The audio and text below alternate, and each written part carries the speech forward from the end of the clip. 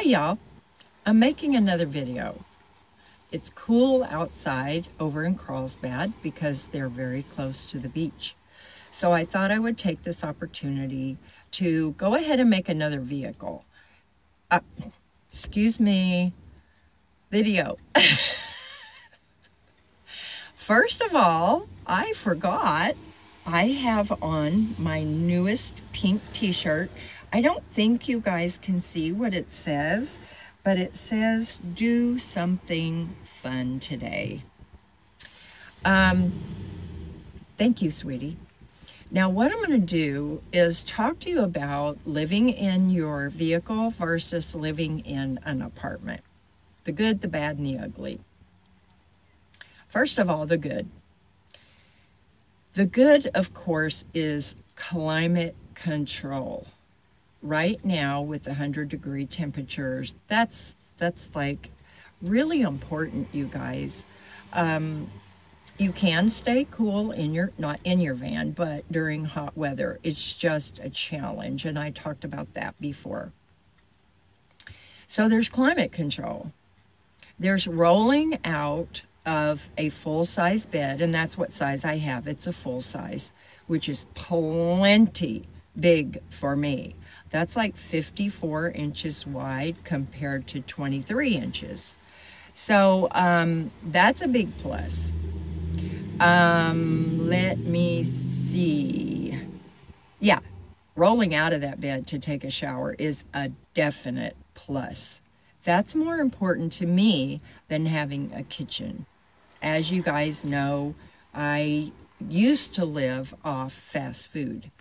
I try not to go so often now, even though it would really be cheaper, you guys.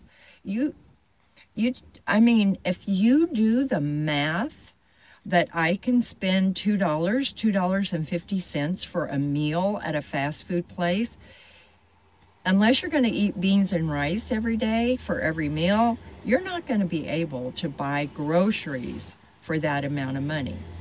I've had to spend money on basic things: sugar, ketchup, mustard, Miracle Whip. I love Miracle Whip. Canned Pepsi. I don't buy much of it, and I don't drink one every day, but I do drink a little bit. Let me see.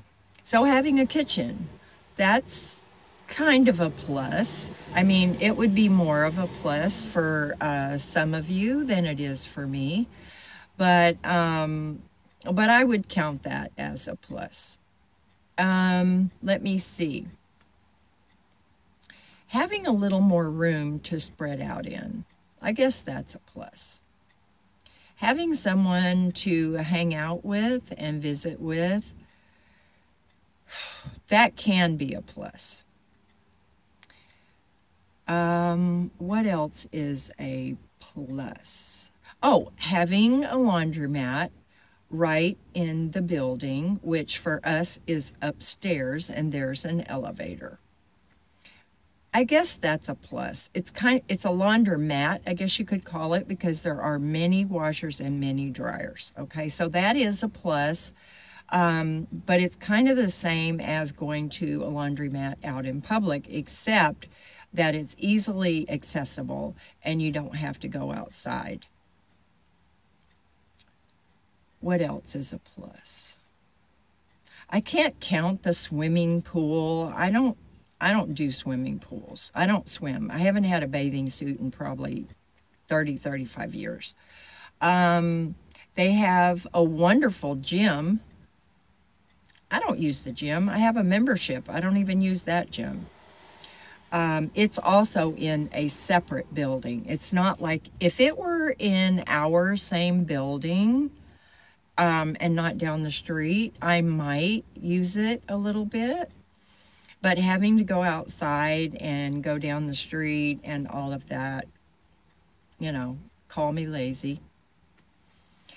Okay, now, unless I can think of something else, I'm going to move on to the negatives. The negatives for me, number one is I had to spend some money to get into this apartment. You know, my rent is $600. Now that's very, very, very reasonable to have a bedroom and a bathroom of your own in Southern California. If you look up rooms for rent, they don't go for $600 unless they're in kind of a ghetto area. Also, nobody wants to accept a pet. So let me tell you guys, $600 a month for a bedroom, which is large, and a nice bathroom that will take Hazel is a total bargain. Now, before everybody jumps in and says, get out of California, blah, blah, blah. No, not gonna happen. Too far from my kids if I move east, and California's been my home for 30 years, more than 30 years now. I came out here with the Colonel in 80 or 81, I forget which. So it's my home. Oh, we're talking about negatives. A big negative for me is to not be on wheels. I like living on wheels. For me, it's my van. I miss having less stuff. I took a bunch of stuff out of Mary Jo's that was stored in her garage just in case I got my own apartment, which, you guys, I'm on many, many lists, including HUD. I've been on the HUD list for almost 5 years now. I have about 3 or 4 more years to go. Being alone. As you guys know, I kind of prefer that. I like to pick and choose when I'm going to be around.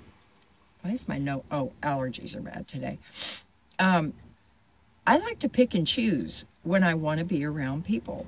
I volunteer when I feel like it. I go to the store when I feel like it. I go to the library when I feel like it. Or I did, let me say. So not being alone is a negative for me.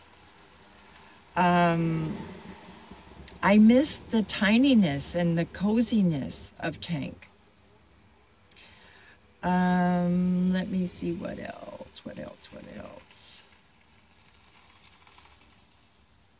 Well, a negative is having to spend a lot on gas unless you're very, very stationary, which is one of the primary reasons why I want to sell Tank. I'm sorry, baby. I'm sorry. Why I want to sell Tank and get another vehicle. Lower mileage. Tank is going to be rolling up on 100,000 miles. He has about 4,500 miles left to go, and better gas mileage. I don't need a lot of room, you guys. So, I